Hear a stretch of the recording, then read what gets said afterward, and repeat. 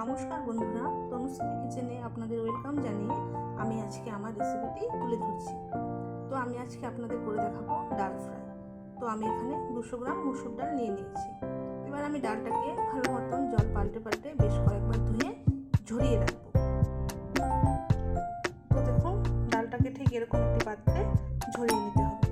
তো ডালের থেকে জলটা ঝরে যাওয়া পর্যন্ত আমরা একটু অপেক্ষা করব। তো ডালটা ঝরে যাওয়ার পর আমি এরকম পাত্রে ডালটা নিয়ে নিয়েছি। এবার আমি ডালের মধ্যে দিয়ে দিচ্ছি মিডিয়াম সাইজের একটি পেঁয়াজ, আর দিয়ে দেব অল্প লবণ, আর দেব একটু সর্ষের তেল। তো এবার আমি ডালটাকে একটু ভালো করে মাখবো। দেখুন, একঘেয়া মসুর ডাল খেতে কিন্তু কারোরই ভালো লাগে না, তাই আমি আজকে অন্যরকমভাবে একটু নিয়ে চলে আসলাম। তো ডালটাকে মেখে মোটামুটি আধা ঘন্টার জন্য রেস্টে দিয়ে দিচ্ছি।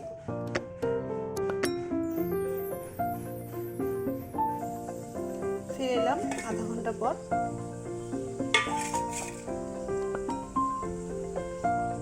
তো আমি এখানে আগে থেকে জল ফুটিয়ে নিয়েছি। তো এবার আমি ফুটন্ত জলে ডালগুলো দিয়ে আমি ডালগুলো হালকা ফেটিয়ে নামিয়ে নিই। তো ডালটা আমার ফুটতে থাক, ততক্ষণে আমি বলে দিই আমার পরবর্তী স্টেপে কী কী লাগছে। তো আমি এখানে একটি মিডিয়াম সাইজের পেঁয়াজ এভাবে কুচো কুচো করে কেটে নিয়েছি, আর নিয়েছি 8-10 কোয়া রসুন, থেতো করে নিয়েছি রসুনটা, আর নিয়েছি একটু ছোটো সাইজের টমেটোটা আমি কোটো করে এরকম করে কেটে নিয়েছি, আর নিয়েছি এখানে হলুদ গুঁড়ো, জিরে গুঁড়ো, আর হচ্ছে ধনে গুঁড়ো। এইগুলো মশলাগুলো কিন্তু আমি হাফ টিস্পুন করে নিয়েছি। এটাকে ঠিক এভাবে ফাটিয়ে নিতে হবে। তা আমি যেহেতু এখানে 200 গ্রাম মসুর ডাল নিয়েছিলাম, তাই আমি আমার মতন করে উপকরণগুলো নিয়েছি। আপনারা আপনাদের প্রয়োজন মতন উপকরণগুলো কম বেশ করে নেবেন। এবার আমি ডালটা নামিয়ে নেব। কড়াইটা ধুয়ে বসিয়ে দিয়েছি। এবার দিচ্ছি কড়াইতে আমি তেল অল্পই দিচ্ছি, যেহেতু আমি ডালটা তেল দিয়ে প্রথমে মেখে রেখেছিলাম। তেলটা একটু ভালো মতন গরম করে আমি কিছু ফোড়ন দিয়ে দিচ্ছি তেজপাতা, এবারে দিয়ে দিব শুকনো লঙ্কা,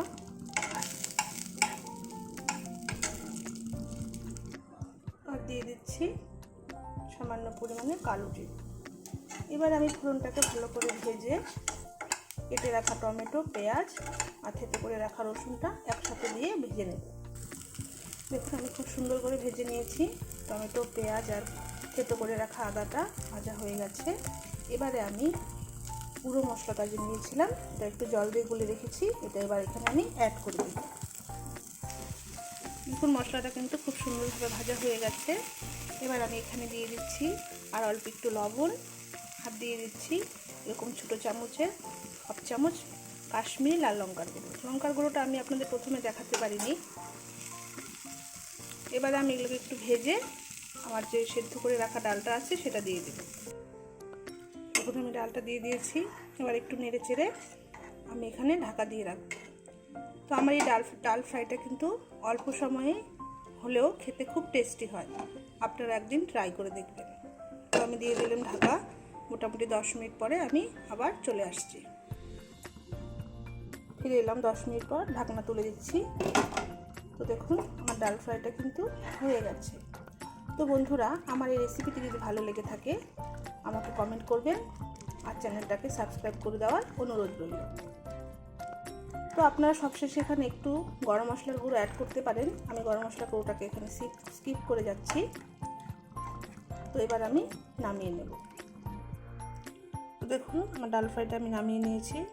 তো বন্ধুরা, সুস্থ থাকবেন, ভালো থাকবেন। দেখা হচ্ছে আমার কোনো নেক্সট ভিডিওতে। ধন্যবাদ।